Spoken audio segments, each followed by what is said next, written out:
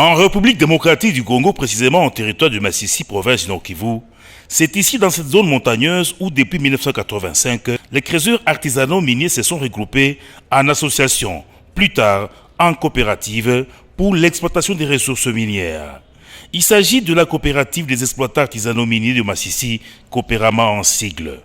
Avec ses membres, estimés à plus de 6 000, sans compter leurs dépendants, parmi eux, les anciens travailleurs de la société minière du Kivu se sont lancés dans l'exploitation artisanale du coltan, la cassitérite et le wolframite.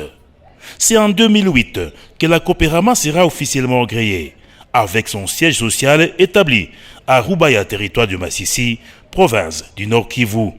Cette coopérative est très structurée, avec différents organes, de l'Assemblée générale en passant par le conseil d'administration, différentes commissions, des départements, jusqu'aux coordinations des secteurs. Son bureau de liaison est situé au quartier Keshero, avenue de la Pacification numéro 257, en ville de Goma. La Coopérama exerce ses activités dans les 6 sites qualifiés, dans la concession couverte par le PE 4731 et le PE 76. Selon les statistiques de la production rendue publique en 2022, la Coopérama a produit 523 tonnes de coltan, 143 tonnes de la cassitérite, 13 tonnes de wolframite au cours de cette année 2022, ce qui a permis de faire entrer dans les trésors publics de l'État congolais un montant d'1 million de dollars américains comme taxes et impôts. Le coltan dont on parle ici est parmi les minéraux stratégiques de la RDC. La province du Nord Kivu regorge entre 60 et 70% des réserves mondiales. Ces minéraux très recherchés sur le marché mondial interviennent dans la fabrication de téléphones portables et autres appareils électroniques. En partenariat avec les autres services comme la SAEMAP, la division de mines, la Coopérama a construit le centre de négoce où se font les opérations d'étiquetage avant l'évacuation de minéraux. Ces derniers doivent être contrôlés pour être livrés aux entités de traitement pour la vente. La coopérative des exploitants artisanaux miniers du Masisi est respectueuse de la traçabilité, de textes qui régissent les instruments internationaux et nationaux, de partenaires qui nous accordent la crédibilité, ne cesse d'accompagner la Coopérama. Citons ITI, OCDE, ITIE, la CIRGL au niveau international et régional, pour ne citer que cela. Aussi bien les services étatiques comme le SAEMAP, la CEC, le PMH, l'administration de mines. La place des enfants n'est pas dans les mines. La Coopérama ne cesse de sensibiliser les parents et les enfants à aller à l'école. L'impact de la Coopérama est très visible dans le secteur de développement.